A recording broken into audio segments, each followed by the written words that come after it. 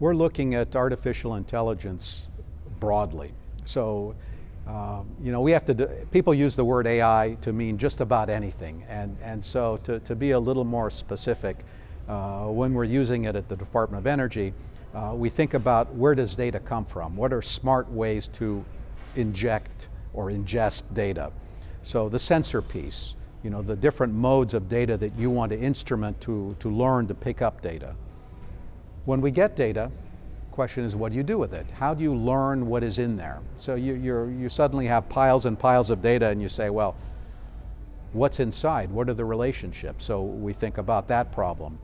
An important piece, and a piece that is fairly unique to the Department of Energy, is our ability to do something called uncertainty quantification. How do you bracket the confidence in anything you learn so that you can make a decision? How certain are you that what you learned is real, that the data was complete enough, that your understanding is complete enough, that the relationships surfaced support decisions that make a difference? And the mechanisms for doing that are really not simple. And so the uncertainty quantification is a key part of it. We think about autonomy and autonomous systems, the human-AI interface. So when we think about AI, it is the collection of technologies here. So now you say, okay, what are the priorities? Well, what do we do? You look in oil and gas. We think about, okay, better management of pressure in oil wells to optimize yield.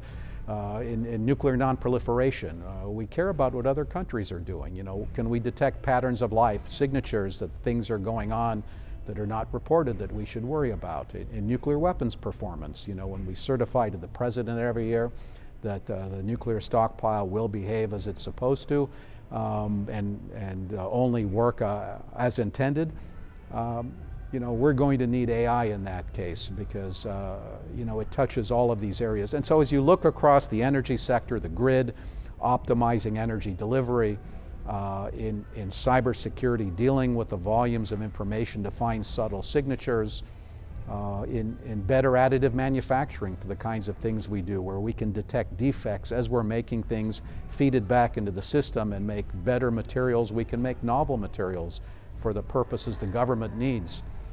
It is across the board in ways that you kind of step back and say, wow, I didn't think you could do that.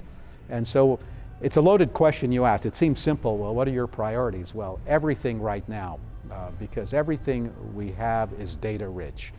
And I think it's like a kid in the candy store where we're looking at all these problems. They're all important in some way. What are the right ones to push hard into? And we have that short list right now in the energy sector, in cyber, in scientific discovery, and some of the national security missions, and we're giving that a push this year.